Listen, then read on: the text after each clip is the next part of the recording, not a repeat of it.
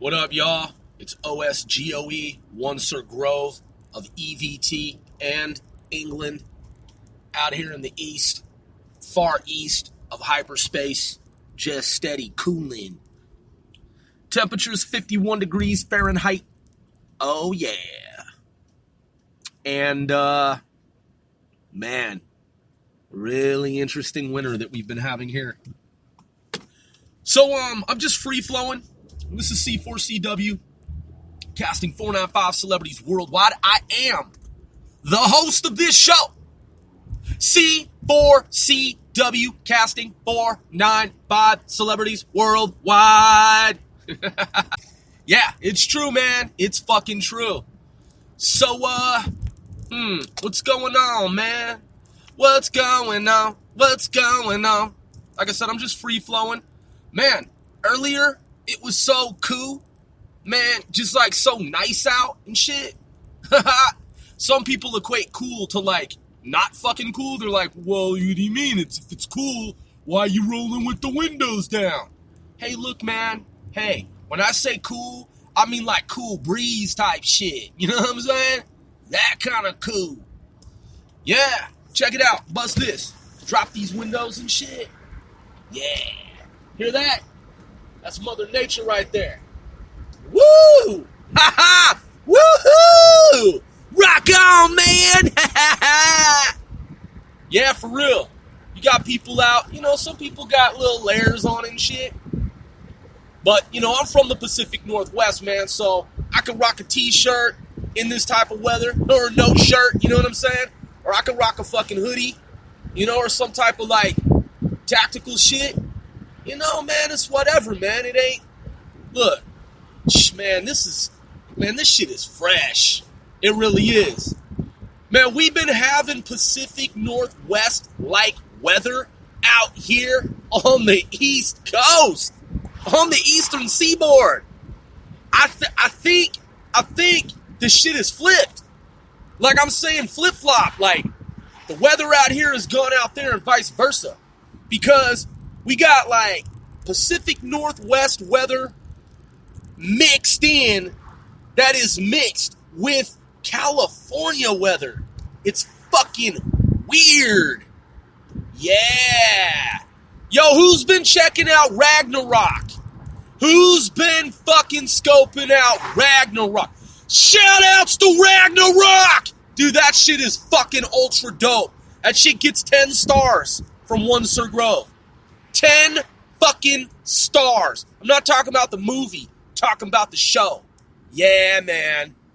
In an interesting way, it really does oddly, similarly remind me. I mean, sorry. I was like, wait. No, I guess that is what I meant to say. It reminds me of Stranger Things. It fucking does. Now, I know you're probably like, come on, Grove. How the fuck is that even possible? It's a totally different fucking show, man. Like, how can it be Stranger Things like? Well, allow for me to explain. And I'm talking about true fans of this show. If you are true fans of this show, then we 495 most certainly appreciate you. So look, I know some people are like, Grove, you're all over the place. You didn't even finish the Madonna critique. No, I actually did. I actually have finished like 3/4 of it. And if you don't believe me, here, look, let me go to my notepad, and I'll just go ahead and do Madonna's critique at the same time, and I'll let y'all know.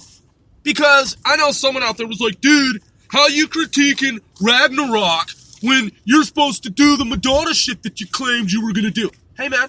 Hey, look, I'm on top of shit. I have a full-on analysis of Madonna's new album, Madam X, or her most recent. Oh, yeah. Yeah, I do.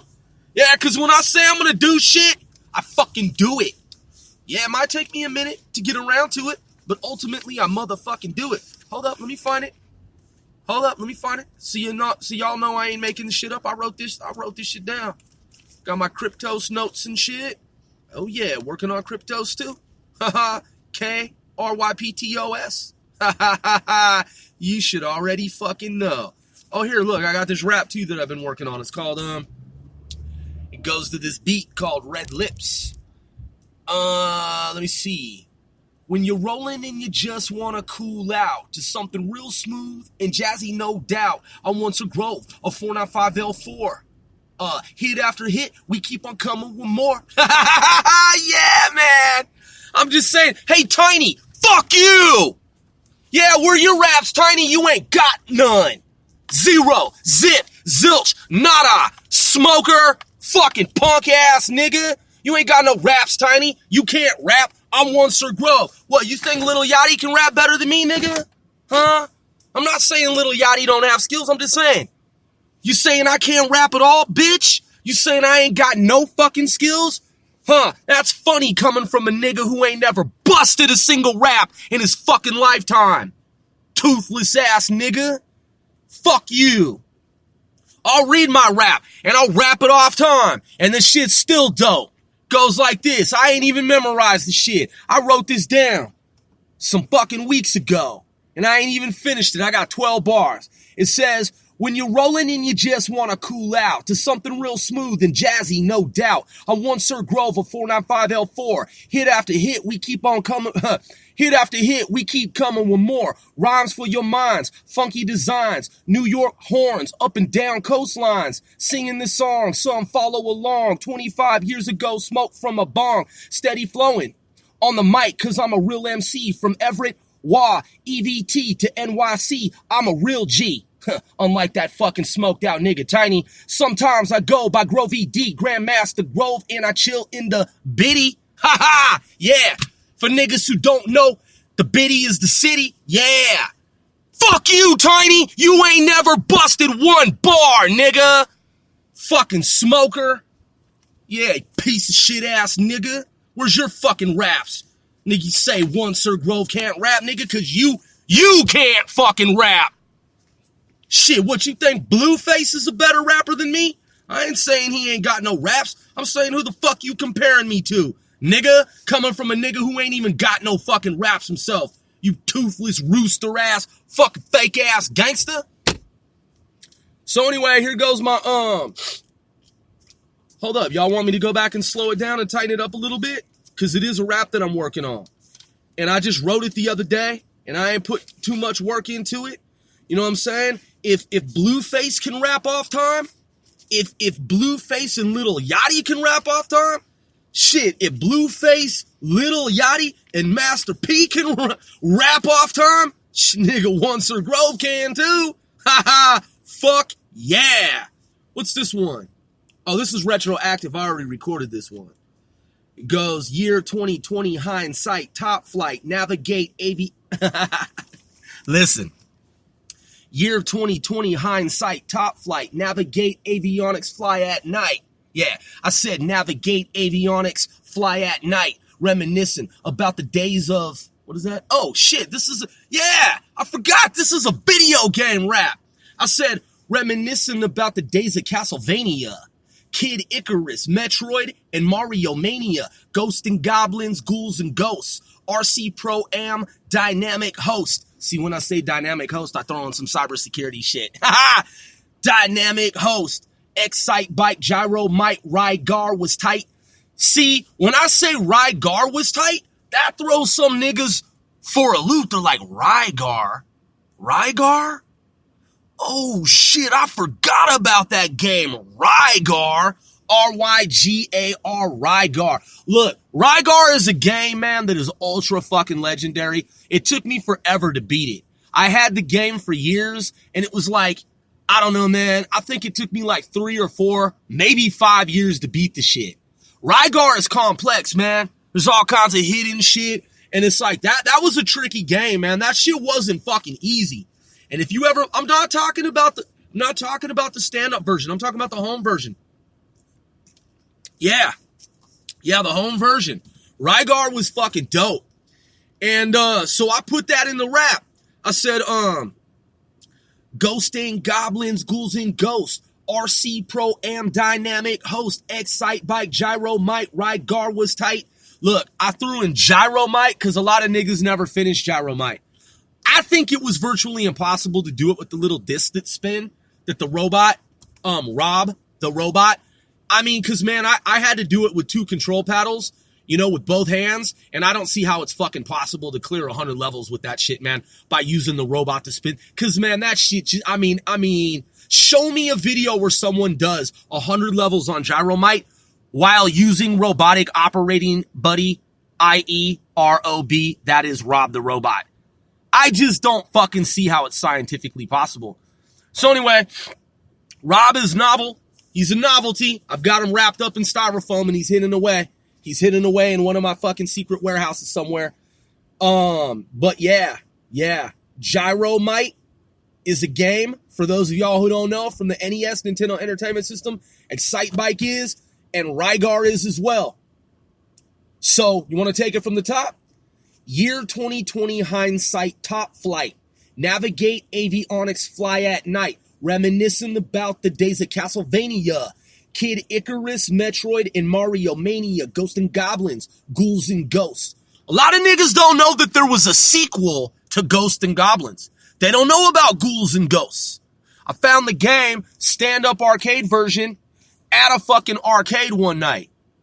After having had the Nintendo Entertainment System for like 20-something years, one day when I was in my like 30s and shit, I was out drinking with buddies and shit of mine from the gang set. We were at the bowling alley out west on the West Coast, man, after they did the whole like reno, you know, the whole reno. I'm talking about the renovation of fucking bowling alleys throughout America with the laser lights and shit, new carpets, and they made the shit look all modern. Man, we'd actually been kicked out of that arcade because the dude was like, "We don't want any gang members in here, Grove. You guys aren't allowed. You and 495 deep in Everett." And then ultimately, man, we talked to dude like a couple years down the road. We're like, "Yo, dude, that was pretty fucked up, man, of you kicking us out based on the fact that, like, we fly colors for our neighborhood and shit." And he's like, "You know what? I was wrong to do that. You guys are okay. You can come back in here." And they told the police that we were allowed back in that junk. Yeah. Especially when we were in the newspaper for having done good things for kids and young adults in the neighborhood, man.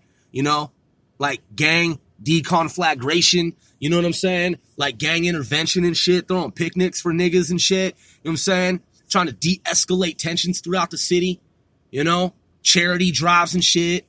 So anyway, the video game, Ghouls and Ghosts, I was like, what? There's a sequel. Just like a lot of people don't know that there's a sequel to The Lost Boys. A lot of people don't know that there's a fucking sequel to the movie Lost Boys. Some of y'all are like, "What, Grove? Come on, dude. There's no part 2 to the fucking 1980s movie Lost Boys." And I'm like, yeah, there is. Yeah. So, for those of you who played Ghosts and Goblins, there's actually a game called Ghouls and Ghosts. Now, hard fucking core video gamers will know that. And even some who are considered fucking aficionados and hardcore gamers will not. Yeah, I was mind blown, like, what the fuck? This is Ghouls and Ghosts. Hold up. Don't they mean Ghosts and Goblins? Nope. Ghosts and Goblins was the first junk. Then they came with the other junk. Yeah, man, I'm talking years down the road. I was tripping like, what the fuck? No. Ghosts and Goblins was super fucking dope. Ghosts and Goblins was a game where you had to have real fucking skill. It wasn't easy. Ghosts and Goblins was tricky. It wasn't a simple game. It wasn't one of those kids games, man. You had to use your mind. You had to like really be on top of shit. One of my favorite like games like that is Solomon's Key, and I've talked about it before. I don't want to give away Solomon's Key. Solomon's Key probably took me longer than any video game ever to beat Solomon's Key. A lot of people who played it back in the 1980s, I'm just being honest, they never beat it. Nah, man, I played that game. I don't know, man, I played that game for like thousands of hours, some shit. I'm just saying, like, Solomon's Key, dude, is not easy. That shit is a puzzle fucking game, and that shit is a trip. But anyway, so year 2020 hindsight top flight, navigate avionics, fly at night, reminiscent about the days of Castlevania, Kid Icarus, Metroid, and Mario Mania, Ghosts and Goblins, Ghouls and Ghosts, RC Pro Am, dynamic host. Y'all ever play RC Pro-Am? My homeboy Scott was really fucking ace at the game RC Pro-Am. You know, like radio-controlled cars? Pro America? That's what the game is, man. It's a race game, and they're fucking remote-controlled cars. That shit is dope. It's like Mario Kart, except for there's no one in the cars because they're remote-controlled, and there are different tracks and shit, and that shit becomes increasingly difficult, like Tetris. RC Pro-Am's tight. It's right up there with Excitebike. That's why I say, Ghost and Goblins, Ghouls and Ghosts, RC Pro-Am, Dynamic Host, Excitebike, Gyro Might, Ride Guard was tight, Ninja Kid, Kung Fu, Lyrics, Top Gun, So Don't Bite, Space Invader, Centipede, Frogger Breakout, Arkanoid, Bayou Billy, Contra, I Be About, from Atari to Nintendo, 700 plus games, Wikipedia list. There are so many names. I'm trying to read my fucking own like shorthand here. Even though the rap's already been recorded and published, I don't have it memorized. Wikipedia list, there are so many names. I played them all and I'll play them again. I stays in the 80s and I plays to win. 1 Sir Grove, 495L4. Our era was the best that one cannot ignore. Our era was the best that one cannot ignore. I'm retroactive. Yeah. You see, man, I don't have to rhyme on time, man. I just get the words in. You know, I let the beat roll. I might hit the, you know, different little ticks and shit. But if I don't, fuck it. I'm still getting my words out, man, and saying what the fuck I want to say. And as y'all can see from this rap here, it's about video games. Year 2020 hindsight, top flight. Navigate avionics, fly at night. Reminiscent about the days of Castlevania. Kid Icarus, Metroid, and Mario Mania. Ghost and Goblins, Ghouls and Ghosts. Ghouls and Ghosts. Yeah, because it's Ghouls and Ghosts, not Ghost. Ghouls and Ghosts. RC Pro-Am, Dynamic Host. Excitebike, Gyro Might. Rygar was tight. Ninja Kid, Kung Fu. Lyrics, Top Gun, So Don't Bite.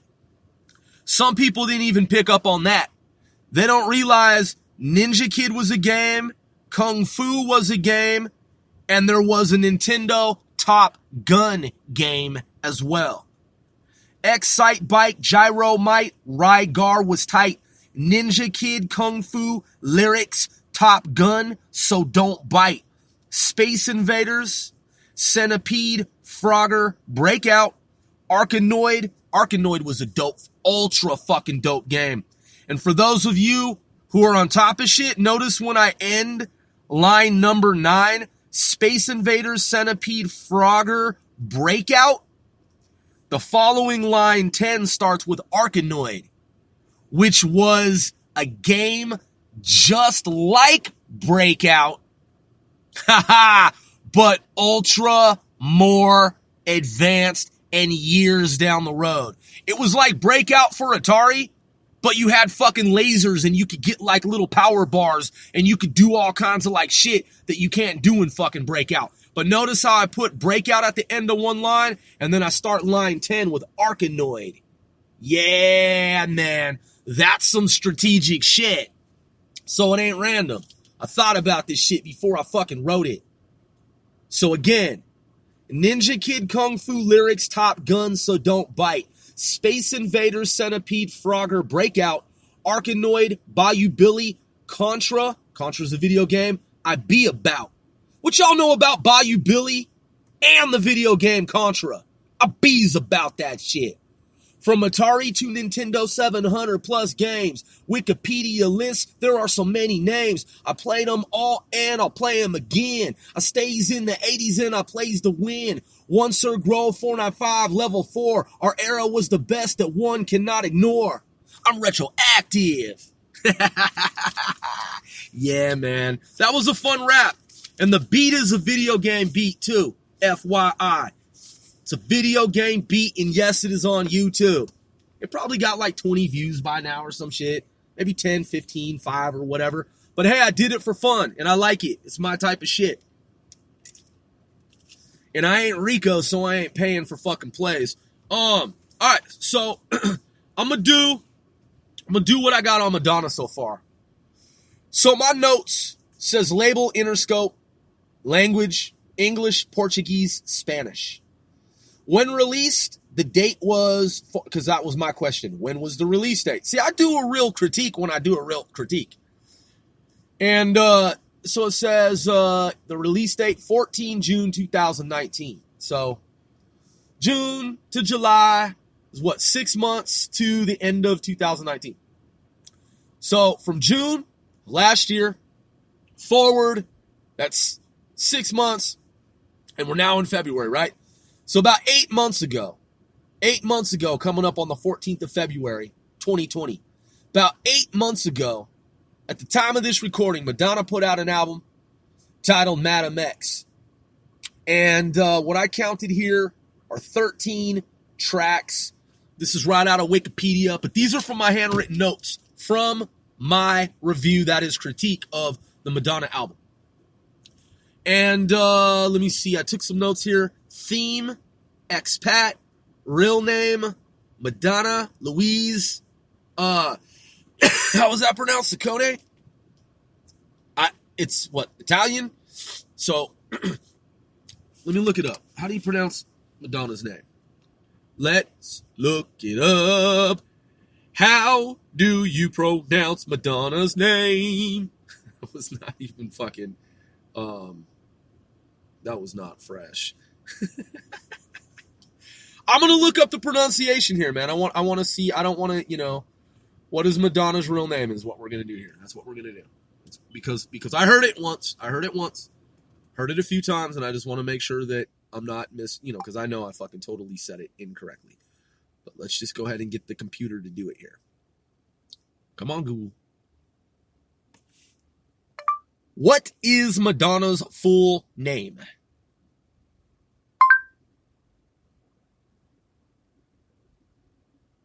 Madonna's full name is Madonna Louise Ciccone. Ciccone? Okay. What did I say? Well, I'll have to listen back on what I said. Ciccone. All right. Cool. So, there you have it. That's Madonna, Louise Ciccone. And this is an interesting album. The intro is very interesting, and I hand wrote cryptic. It's very cryptic, as in enigmatic. It is. So, okay. So, track 1 through 13. Okay, the first track is Medellin, and I said it's good. It's all right. It's not super awesome, like Lucky Star, Borderline, La Isla Bonita, but it's good. It's definitely all right. Track number 2, Dark Ballet. The bass slams. It's fucking dope. It is. Man, the first time I said that I was listening to her album, I wasn't in the right fucking state of mind. I went back, I was in a better mood, man. I went back and I listened to the album because I wanted, because Madonna is a true artist. And I wanted to give the album an actual listen, for my audience, man. And because y'all know I'm a music lover, and, I'm a wordsmith, I'm a lyricist. And fucking, unlike Tiny, who's never written one fucking rap in his lifetime, I'm saying, fuck that nigga. Tiny, you's a bitch. And you can't fucking rap. So any fucking way, I wanted to give my audience a report, a review of my own, a critique of the Madonna album. Like a real, true fucking review.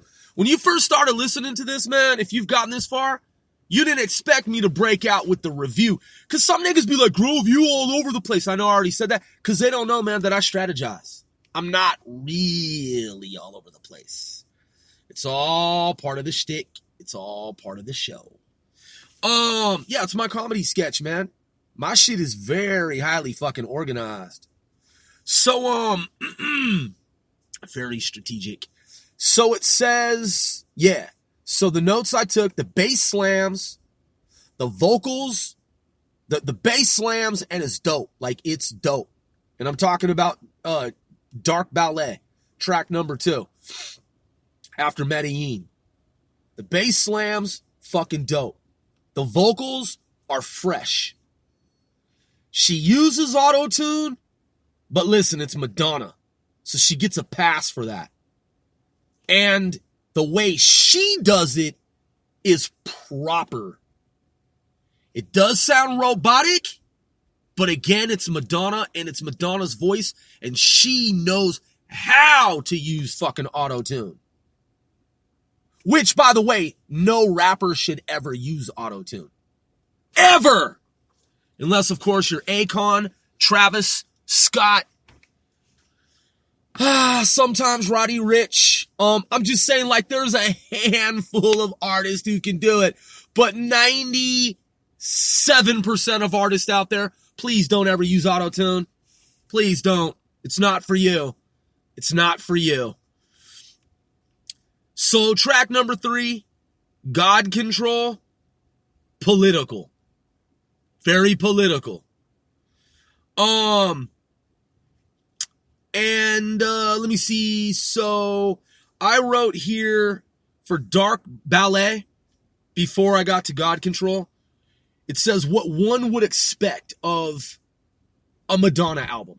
So at that point, after the intro, which is cryptic and enigmatic, and it's like leaves you kind of like, what? Right? And then Medellin, you're like, okay, this is different. So she's introducing a different style. Something that's like, whoa, this is Madonna? Okay. All right, say that then. Then you hit Dark Ballet. And I would say that Dark Ballet is like more of what like fans based on Madonna's previous works would expect of Madonna. You're like, oh, okay, now we're getting somewhere. I'm not saying that what she did in the intro and with Medellin isn't getting somewhere, but I'm saying like if you're looking for that traditional Madonna, that like root, core, like essence of what she embodies and has over time, throughout time, okay, that's when you hit Dark Ballet. Then God Control, like I said, very fucking political. Very political. That's all I'm going to say about it. You have to listen to it yourself. Track 4, Future. I just didn't even write anything. You just have to, I'm just saying, you have to listen to it yourself. Track 5, Batuka. It's one of my favorite fucking tracks on the album. Track number 5. The beat is off the hook. The vocals are hypnotic. Traditional Madonna, big screen vocals, what one would expect from and of Madonna. And the story behind it is absolutely amazing. The story, the history behind what Batuka means. If you see I would encourage you to see the video, the official video, because there's a story behind Batuka and what it means. And again, I said the beat is off the fucking hook. Her vocals are absolutely hypnotic. And again, if you're looking for that traditional Madonna song, it's right there with Batuka. Traditional Madonna, big screen movie, musical score, vocals, what one would expect of and from Madonna. Killers Who Are Partying, I was like, I'm just saying, like, her album again is political, just FYI. For those who don't know, it's a very political album. She makes a lot of political statements. In fact, let me go to the notes now. Let me go to the notes. Because I stopped at number 6 where it says Killers Who Are Partying, and then track 7 is Crave. Pretty tight with what's his name, Sway Lee. Is that right, Sway Lee? Track number 8 is titled Crazy. Track number 9 is Come Alive. Track 10 is What is that? Foz Casloso? Let me look that up. Hold up. Gotta read my own fucking handwriting here. Madonna, Madam X, track 10.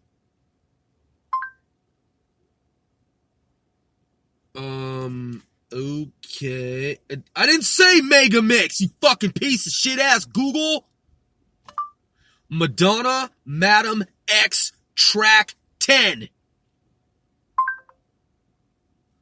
Oh my God, I didn't say Madonna, Madame Extracted. You fucking stupid piece of shit. Fucking Google. Madonna, Madam X album, track number 10. Okay. Faz Gastosos. No. Faz Gostoso. Faz Gostoso. Whatever that means, I have no fucking idea. But that's what it says. F-A-Z, one word. Gostosos, second word. G-O-S-T-O-S-O. Faz Gostoso. So, what I didn't know about the album, and I'm going to get to the notes right here. Oh, I'm sorry. And then track 11 is Bitch, I'm Loca.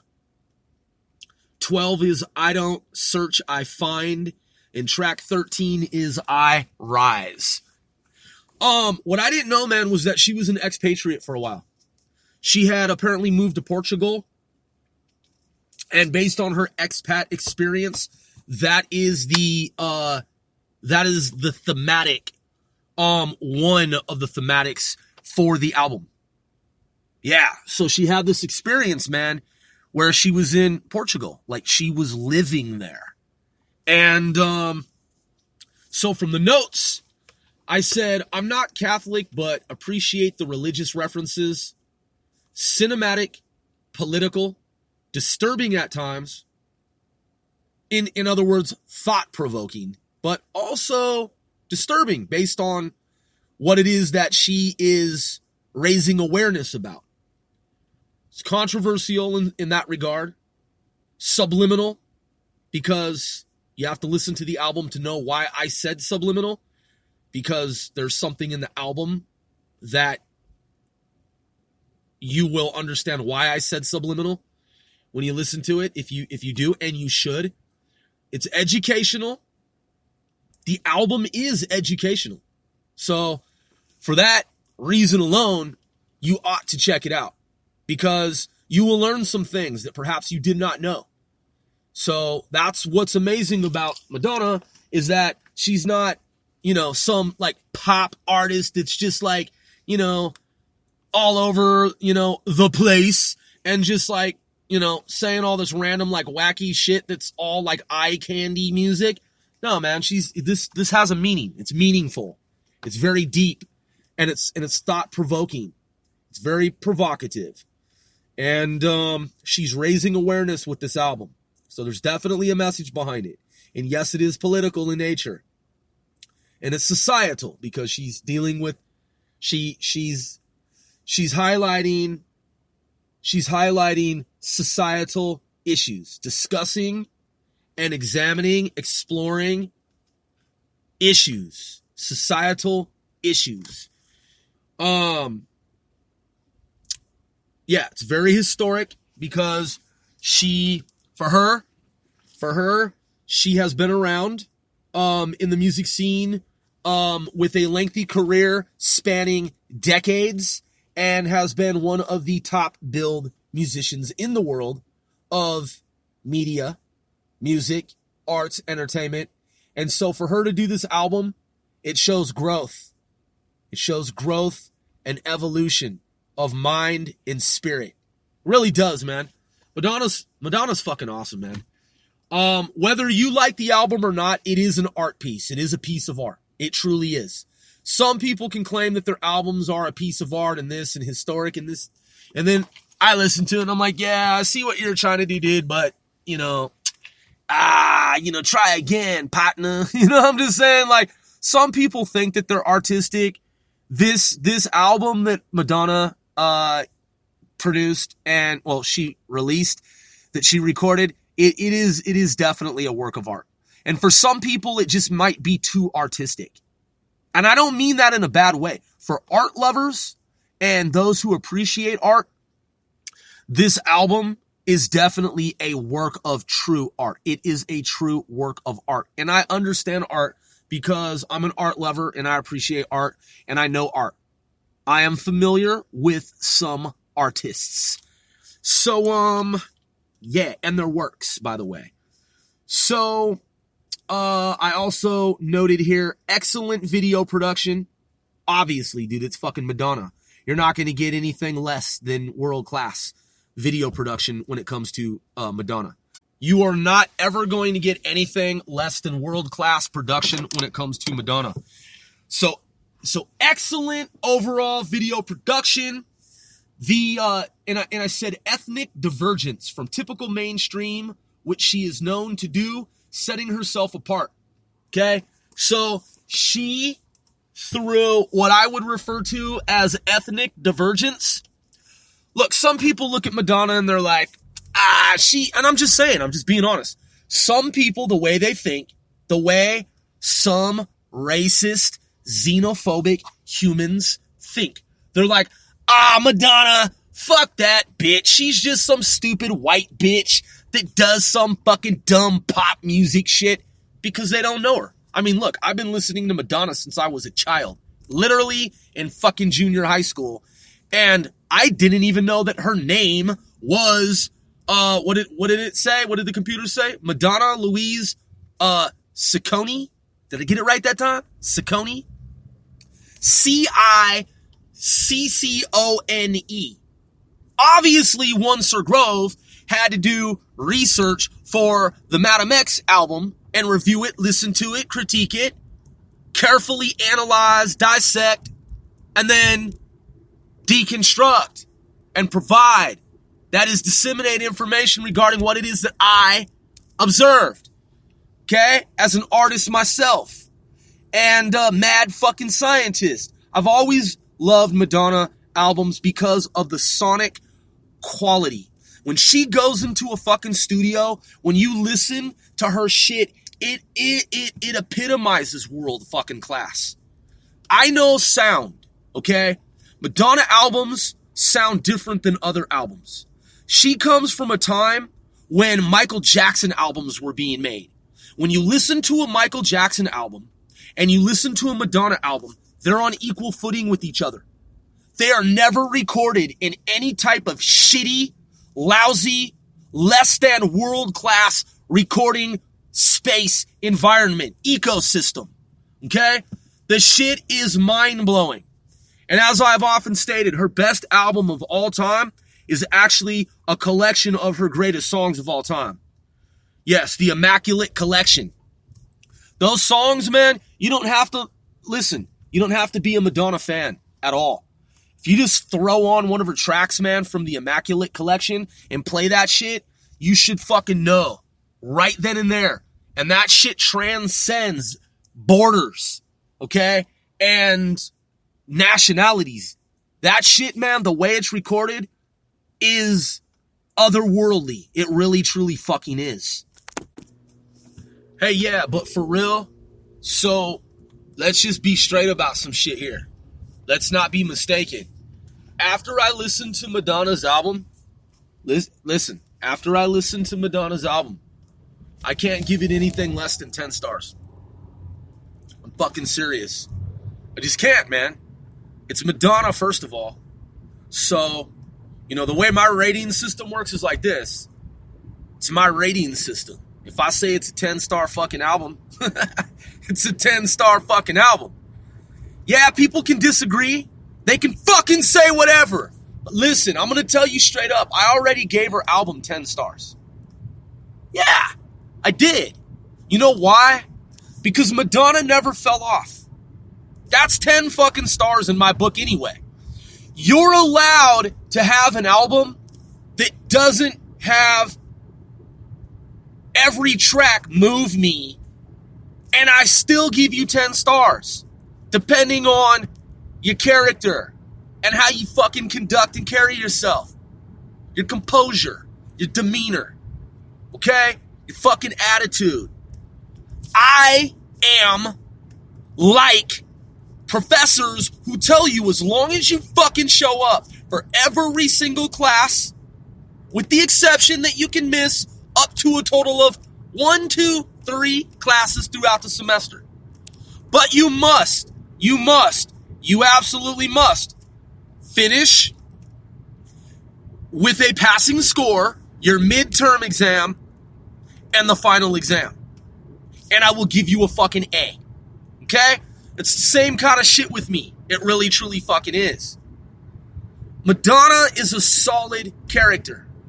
She, over decades, has maintained her integrity, her credibility, and the level of art that she produces has never fucking ceased. The quality, the level has never stopped. Ever. Some people fucking fall off. I've seen it so many times in Hollywood. I've seen it so many times in the music recording industry. Listen, there are some tracks on her album that aren't what I would consider ultra legendary in the same category as La Isla Bonita. Okay? Shit like that. Borderline. Come on, man. Borderline. Come on, man. If you ain't Lucky Star, come on, dude. If you ain't hip to Madonna shit yet, you need to fucking be. Some people have never understood. Listen, I don't give a fuck what you think if you think I'm an ass kisser. Listen, Madonna is a true fucking artist, and I have been listening to her since forever. I just didn't get to the Madame X album. I fucking own the Immaculate Collection. And yes, I fucked up one time and said Immaculate Conception, because that's the play on words, okay? And then I corrected myself. I was like, what was I talking about? It's the Immaculate Collection. That shit, dude, is some of the best world-class fucking recording in the world. Now, if you throw on the Immaculate Collection and it doesn't make you fucking feel better, there's a fucking problem. Okay? There's a problem. That music is the creme de la creme of recording arts. Okay? The overall sonic landscape is mind-blowing. If you have high fidelity sound, speakers, if you have high fidelity, quality, stereo sound system type shit, you turn up the fucking volume, you play that motherfucking album, the Immaculate Collection album, and you will hear a true fucking masterpiece. Now, for me, when I listened to the Madame X, at first, it wasn't hitting home like it did when I first heard the Immaculate Collection. But at some point, it fucking did. Okay?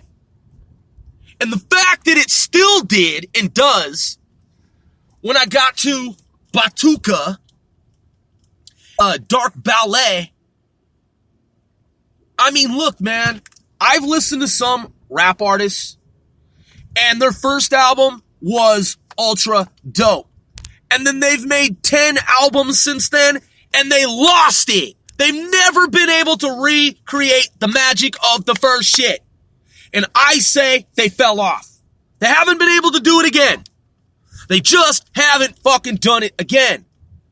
Madonna doesn't have to make every song flawlessly. She is entitled to be able to make some tracks that aren't universally appealing. Okay? She has made some shit that is universally appealing, because it doesn't matter the culture you come from. It doesn't matter the nationality, the ethnicity. There's some shit that when you flip it on, that's the universe talking to you, man. That's what I'm saying. Madonna channels the universe of sound, music, energy. She has that gift. She truly fucking does. And I'm not just saying that, man. Hold up. What's that one track? I'm going to give y'all an example. If you want a fucking example of what I'm talking about, I'm going to give you an example. Hold on. Immaculate. What I'm looking for and listen, when I compare rap hip hop music, a lot of times it's to the Immaculate Collection. Seriously. When I listen to Eminem, when I listen to Dr. Dre, I want to fucking hear some shit that sounds like the Immaculate Collection by Madonna album of her greatest hits. Okay? That's what the fuck I want to hear. Some shit on that level. Here's the Immaculate Collection. Holiday, Lucky Star, Borderline, Like a Virgin, Material Girl, Crazy for You, Into the Groove. Okay, the song Live to Tell. Look, man, track number 8, Live to Tell. She gives me goosebumps thinking about it, man. Dude, these niggas that say that they make fucking music nowadays, man, shame on them. One Sir Grove says fucking shame on you. I even said to the homie, DJ Naynino, I said to Naynino, man, because we've recorded music together over the years at times, back in the late 1990s and early 2000s, and I respect DJ Naynino for being the DJ that he is. And he is a very talented man and very musically inclined. And he taught me a lot about hip hop. He and DJ Slow-Mo. That's right. DJ Slow-Mo and DJ Naynino. And my cousin Rizzo and OSGO. That's me. And Sendo and BROCKLI Broccoli. Okay? Get it, man? You see what the fuck I'm talking about? All of us together, Spank Mother MOTH motherfucking T, Spank T. We all grew up together, listening to music, recording music, producing music together. And I said to Naynino, looking back in time, digging in the crates, you know what one of the fucking tightest fucking ultra tracks of all space-time is? You know, going back to the days of Public Enemy, Hank Shockley, The Bomb Squad, Michael Jackson, Madonna albums. He's like, which one, Grove? Comes to your mind, bruh? I was like, yo, that Madonna, Live to Tell. Shh, my God. The way that shit comes in, oh my God, man. Come on, man. Listen. In the context of Immaculate Collection, juxtaposing, that is, in juxtaposition, listen, the song Batuka, in and of itself, she gets 10 stars from me, okay? The fact that she did that history piece, that she immersed herself among those peoples and that group and those women, and she brought to light that history, that obscure, arcane, esoteric history of slavery and where it began, and those women and what they endured and what they went through and lived through, and how to this day they exist and are a testament to time. I mean, have withstood the test of time. Man, come on, dude. That's a 10 fucking... Come on, man. It's a 10-star album. I wasn't in the right state of mind the first time I heard it. I had to go back and listen to it with the critical ear. Okay? So, it's not typical mainstream. You're not going to find that shit. There's a couple of tracks that are, you know, in line and congruent with, you know, composite, sometimes identical to what you're going to find in mainstream music, but she's a master of doing that. She ropes you in with the pop sound, but then there's a positive fucking message behind it. Okay? So, and that's what I said right here. Ethnic divergence from typical mainstream, which she is known to do while, supposed to say not when, well, when and or while setting herself apart. It's liberating, man. Liberation movement, world beat, broad range of emotions. When you want to feel music, man, when you want to feel something, okay, you don't always want to feel dark and gloomy. You don't always want to feel happy all the time. I mean, some people do, but some people are like, yo, being happy all the time is weird. I kind of want to feel like just a little bit more grounded. You know what I mean? Not to say happy isn't grounded, but you know what I'm saying? It'd be like if you lived on a planet where it's like sun every fucking day. You'd be like, yeah, I mean, I would hope that the rain would come once in 1,000 years. You know what I'm saying? Listen, this album does that. It evokes that. It invokes that. It's evocative, and it not only evokes those emotions, that broad range of emotions, but the invocation is also there. Okay? Semantically and what the fuck I just said. I'm just saying, she covers it all, man. She really does. She really does.